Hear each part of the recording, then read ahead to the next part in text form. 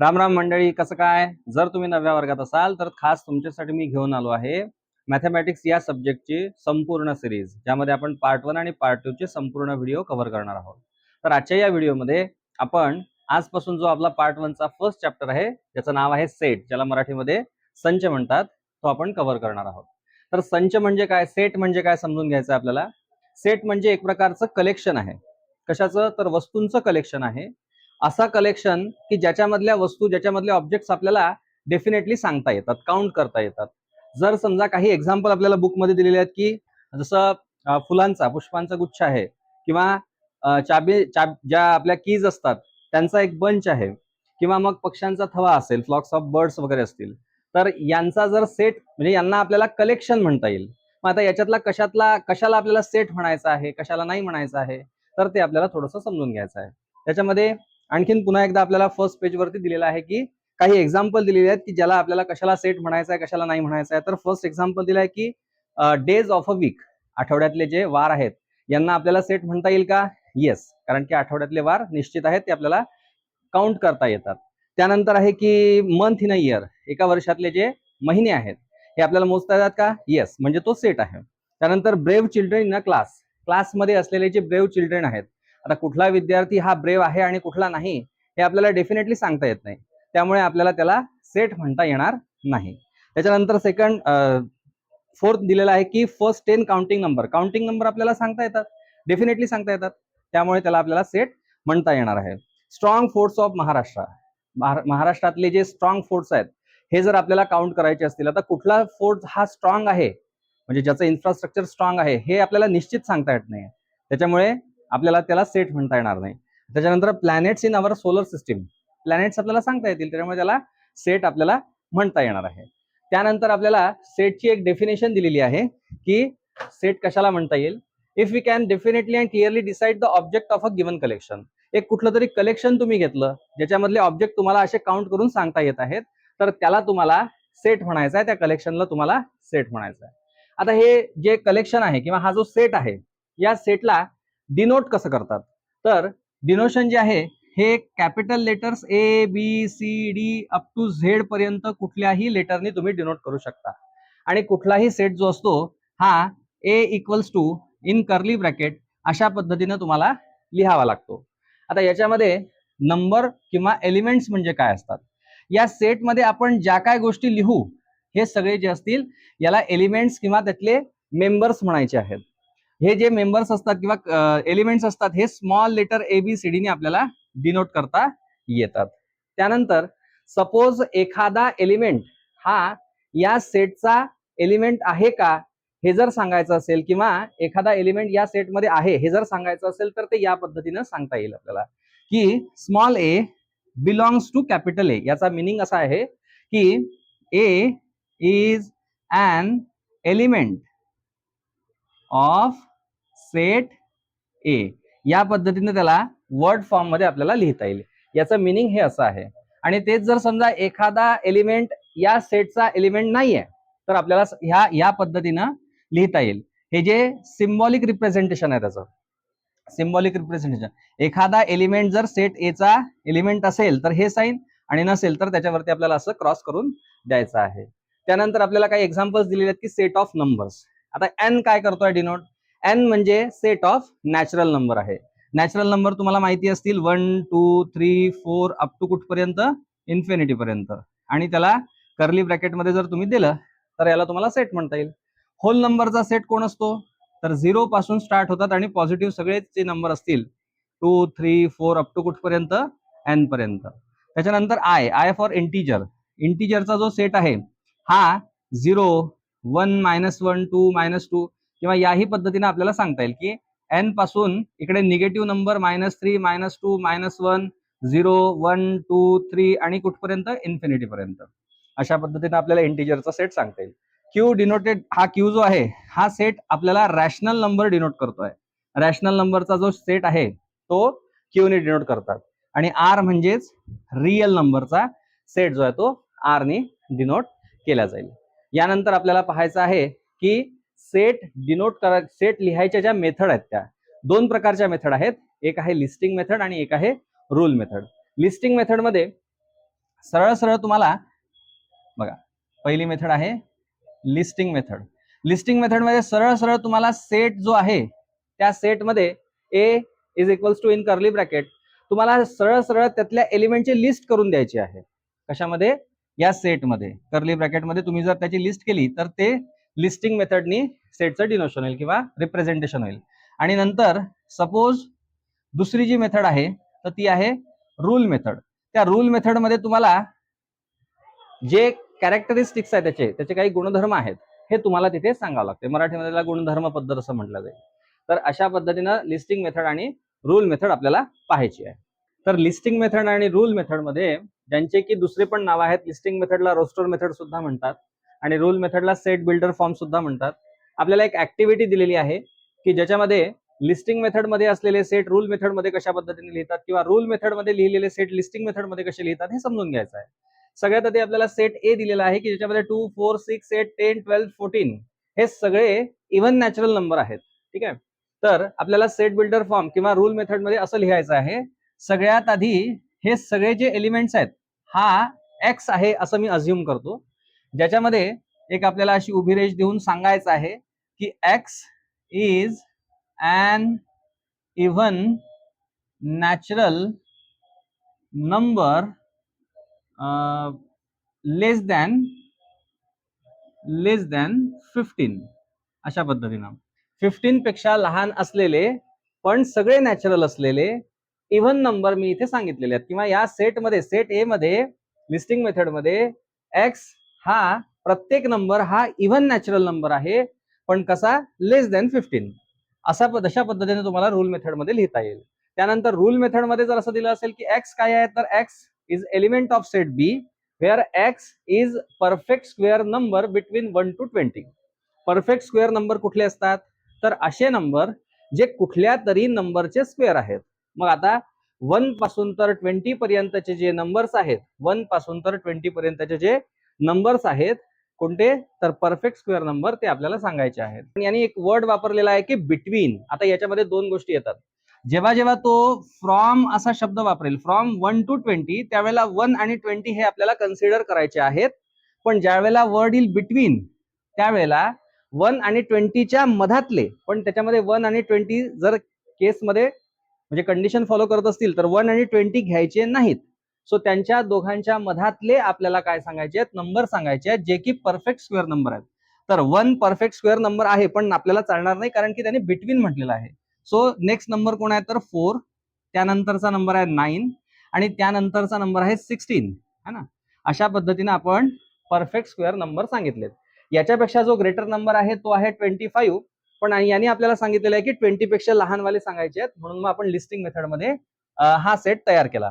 त्यानंतर आपल्याला listing method मध्ये सी हा सेट दिलेला आहे ज्याच्यामधले एलिमेंट आहेत ए ई आय ओ यू. हे सगळे काय आहेत तर हे वॉवेल्स आहेत. हे कशातले वॉवेल्स आहेत लिहायचं इकडे की X is a element of set C where as X is vowel of English alphabet. English alphabet पूर्ण लिहिलं तर चालेल. इंग्लिश अल्फाबेट्स आणि कर्ली ब्रॅकेट क्लोज. अशा पद्धतीने आपल्याला याला लिस्टिंग फॉर्म मध्ये आपल्या रूल मेथड मध्ये लिहिता येईल. ही लिस्टिंग मेथड ती रूल मेथड. त्यानंतर डी सांगितलेलं आहे की Y is element of set D wear as Y is a colour in a rainbow. Rainbow मध्ये जे कलर्स असतात ते आपल्याला सांगायचे आहेत. VIBGOYR हे जे 7 कलर्स ऑफ रेनबो आहेत हे आपण इथे लिस्टिंग मेथड मध्ये लिहिलेत.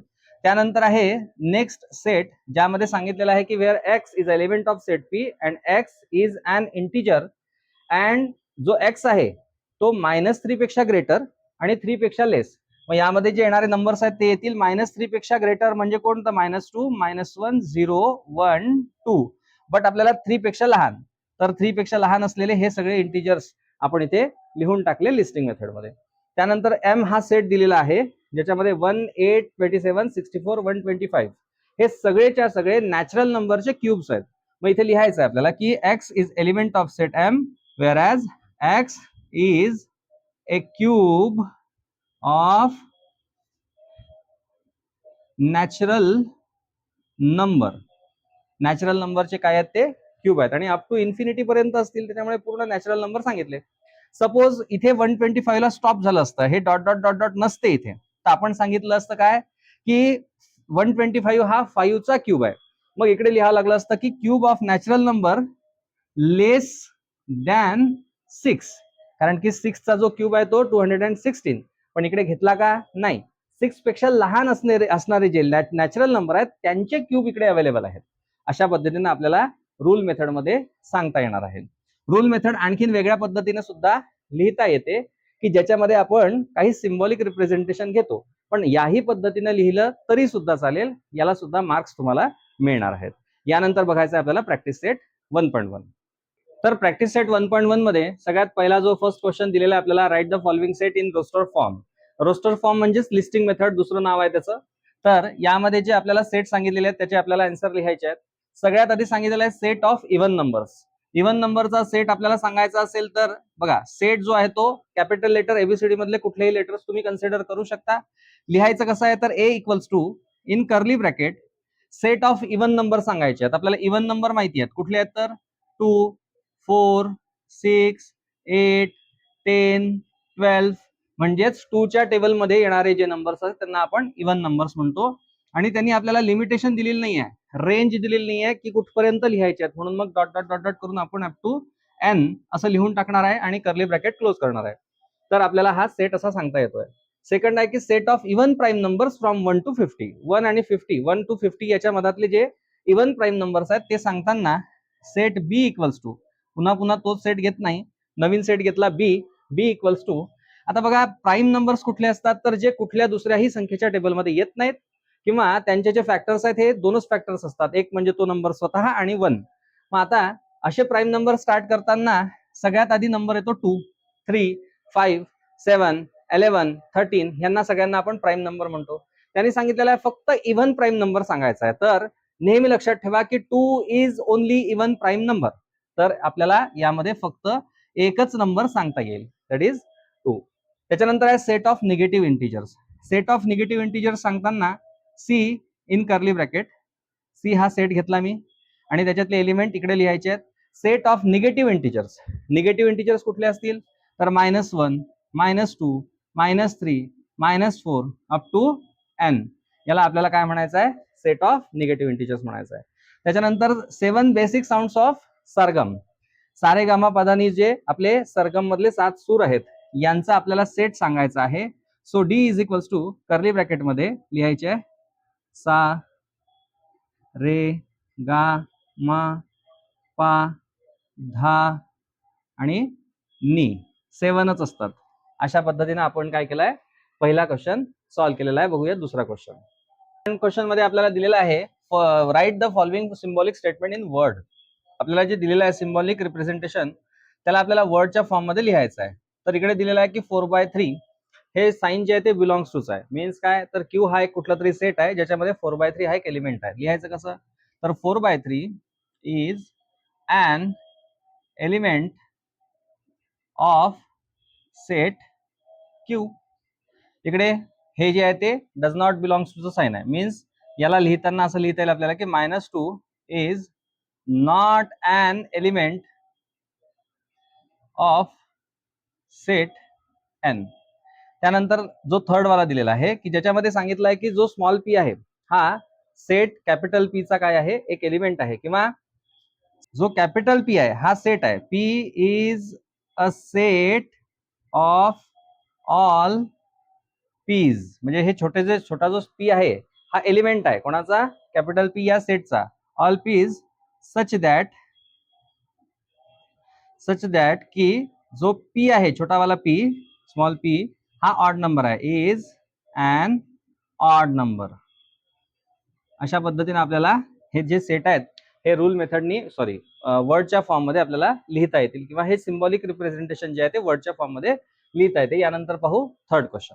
तर आपल्याला सांगितलेलं आहे की write any 2 set by listing method और अँड बाय रूल मेथड. दोन्ही मेथडने आपल्याला 2 सेट कुठलेही लिहायचे आहेत. तर आपण काय करू, फर्स्ट सेट लिहू, सेट ऑफ कुठलाही लिहिलं तर चालते. मग मी काय करतो, सेट ऑफ इव्हन नंबर लिहून टाकतो. Set of even number. मग याच्यामध्ये ए इज इक्वल्स टू आपल्याला सांगता येईल काय 2 4 6 8 10 अप टू एन. हा झाला सेट ऑफ इवन नंबर. ही कुठली मेथड आहे तर लिस्टिंग मेथडने लिहिलं. यालाच आपल्याला रूल मेथडनी लिहिता येईल. कसं तर A is equals to in curly bracket x is an element of set A where x is an even number, even natural number है ना, even natural number. ही झाली कुठली रूल मेथड, ही लिस्टिंग मेथड, ही rule method. आणखीन एक set लिहायला लावलाय त्यांनी, तर आपण सांगून देऊ set of prime number, set of prime number.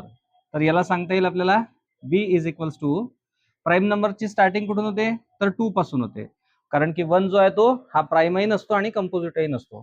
So 2 3 5 7 11 13 17 19 up to कुठपर्यंत एन पर्यंत असे आपल्याला अनेक प्राइम नंबर मिळू शकतात. ही लिस्टिंग मेथड. आणि यालाच रूल मेथड मध्ये कसं लिहिता येईल तर x is an element of set B where x is a prime number है ना, प्राइम नंबर. अशा पद्धतीने आपण काय केलंय लिस्टिंग मेथड आणि रूल मेथड दोन्ही मेथडनी आपण काय केलंय दोन सेट लिहिले आहेत. यानंतर बघू फोर्थ क्वेश्चन. तर फोर्थ जो क्वेश्चन दिलेला आहे त्याच्यामध्ये आपल्याला लिस्टिंग मेथडनी काही सेट दिलेले आहेत ते लिहायचे आहेत. लिस्टिंग मेथडनी सेट लिहायचे आहेत. तर सगळ्यात आधी आपल्याला लिहायचं आहे set of all months in solar year, Indian solar year. Indian solar year मध्ये जे भारतीय नवीन म्हणजे जे मराठी वर्ष आहेत ते आपल्याला लिहायचे आहेत. तर त्याच्यामध्ये सगळ्यात पहिला आहे चैत्र, वैशाख, ज्येष्ठ,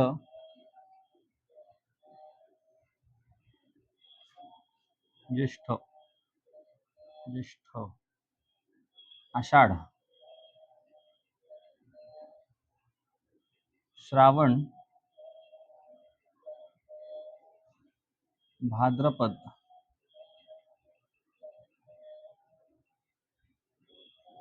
अश्विन,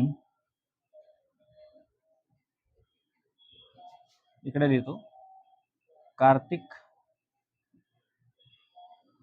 मार्गशीर्ष, पौष, माघ, मघा ज्याला लिहितात, आणि लास्ट फाल्गुन, फाल्गुन पी, फाल्गुना. अशा पद्धतीने आपण काय केलंय सगळे जे ऑल इंडियन सोलर इयर मधले जे मंथ्स आहेत ते लिहून घेतले, त्यांचा सेट लिहिला. त्यानंतर सेकंड आहे की लेटर्स इन वर्ड कॉम्प्लिमेंट. तर बी सेटला सांगतोय कॉम्प्लिमेंट या वर्ड मधले जे लेटर्स आहेत ते लिहायचे आहेत. तर सी आहे, ओ आहे, एम आहे, पी आहे, एल आहे, ई आहे, पुन्हा एम आलेला आहे. बघा आता एकदा जर आपण ऑलरेडी एम लिहिला आहे तर पुन्हा त्याला लिहायची गरज नाही. ई सुद्धा पुन्हा आलाय, लिहायची गरज नाही. एन आला आहे आणि टी आला आहे. अशा पद्धतीने आपण त्याचा सेट बनवला आहे. Set of human sensory organ. Human sensory organ ज्ञानेंद्रिय ज्याला म्हणतो आपण, कुठले कुठले आहेत आईज, नोज, इयर, स्किन आणि टंग. ओके, तर असे हे 5 सेन्सरी ऑर्गन्स असतात. Set of prime number from 1 to 20. D, D या सेटने डिनोट करत आहे आपण प्राइम नंबर फ्रॉम 1 टू 20. तर पहिला आहे 2 3 5 7 11 13 17 आणि 19. हे सगळे काय झाले 1 टू 20 च्या मधातले प्राइम नंबर झाले. आणि set of continent of world. तर कॉन्टिनेंट जे आहेत ते आपण त्यांचा सेट जो आहे तो ई ने डिनोट करू. तर कुठले कुठले कॉन्टिनेंट आहेत 7. That is Asia, Australia,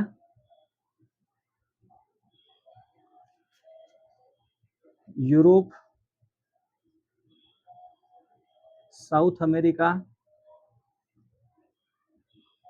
north America,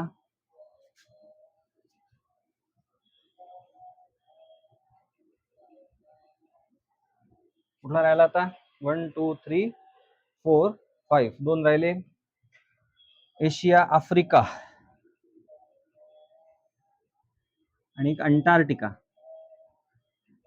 Antarctica अशा पद्धतीने आपण 7 जे कॉन्टिनेंट आहेत ते लिहून घेतले. तर हा जो 4th क्वेश्चन आहे तोही आपला कंप्लीट झालेला आहे. यानंतर बघूया 5th क्वेश्चन. 5th मध्ये जो फर्स्ट आहे की सेट दिलेला आहे ए, जो लिस्टिंग मेथड मध्ये गिवन आहे आणि आपल्याला रूल मेथड मध्ये त्याला कन्वर्ट करायचा आहे किंवा सांगायचं रूल मेथड मध्ये दाखवायचा आहे.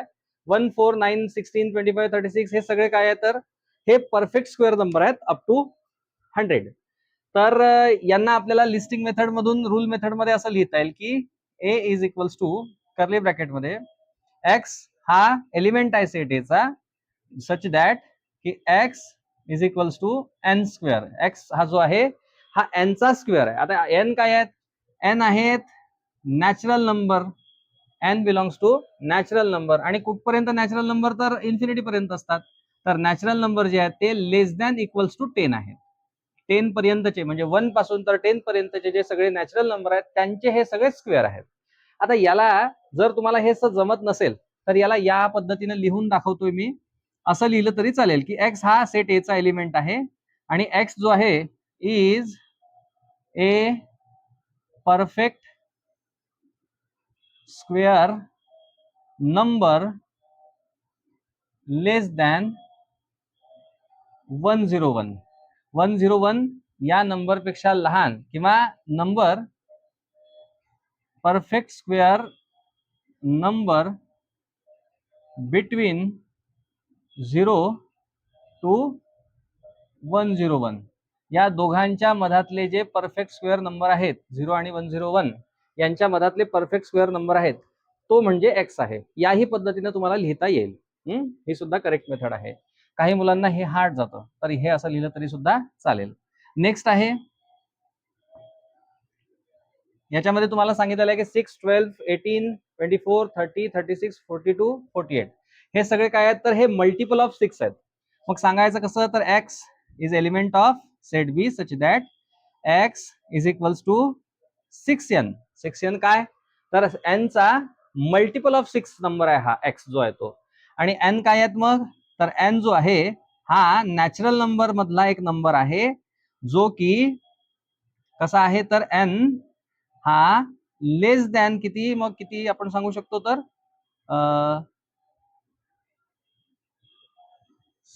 साइन 48 लेस दॅन 9 वेअर एन काय आहे तर एन इज लेस दॅन 9 वाला नंबर आहे. म्हणजे 9च्या आधीपर्यंतच्या ज्या संख्या आहेत 1 2 3 4 5 6 7 8 8 ला जर 8 पर्यंतच्या सगळ्या नंबरला 6 न मल्टिप्लाय केलं तर आपल्याला या बी सेट मधला एलिमेंट मिळतो आहे. या पद्धतीने आपण सांगू शकतो. हे असं जर नाही जमलं तर दुसरी मेथड मी सांगितली आहे की काय सांगायचं आहे की X is element of set B where X is a multiple of 6 less than 50 असं लिहिलं तरी सुद्धा करेक्टच आहे. याला लिहिता येईल आपल्याला C is equals to SMILE हे जे लेटर्स आहेत हे कशातले आहेत तर स्माइल या इंग्लिश वर्ड मधले हे लेटर्स आहेत. स्माइल असेल किंवा मिसाईल असेल किंवा मग आपण माइल्स एक शब्द घेऊ शकतो यांच्या मधले हे वर्ड्स मधले लेटर्स आहेत. इथे लिहिता येईल आपल्याला की X is element of set C such that की X is a letter in word SMILE smile. Smile या लेटर मधलं ते काय आहे वर्ड आहे आणि कर्ली ब्रॅकेटने आपण ते कम्प्लीट केलं. आणि नंतर जो लास्ट आहे आपला लास्ट नाही सॉरी सेकंड लास्ट आहे डी. डी ला सांगता येईल आपल्याला की याच्यामध्ये काय आहेत संडे मंडे ट्युजडे वेनसडे हे सगळे काय आहेत डे इन अ वीक आहेत. म्हणून सांगता येईल आपल्याला की X is element of set is such that की X is a day in a week. झालं इतकं सोपं आहे. आणि जो लास्ट आहे तर त्याला असं सांगता येईल की एक्स वेअर आता हा एलिमेंट एक्सनीच घेतला पाहिजे असं काही गरजेचं नाहीये. वाय नी सुद्धा घेऊ शकतो की Y is element of set X whereas such that की Y is a letter in word. कोणते कोणते वर्ड तर EAT हा असू शकतो और TEAT याच्यातलाही असू शकतो किंवा मग ATE 8 मधला सुद्धा असू शकतो. अशा पद्धतीने आपण संपूर्ण प्रॅक्टिस सेट 1.1 कंप्लीट केलेला आहे. पुढच्या व्हिडिओमध्ये जो की लगेच येणार आहे सेट 1.2 प्रॅक्टिस सेट 1.2 आपण पाहणार आहोत. थँक्यू.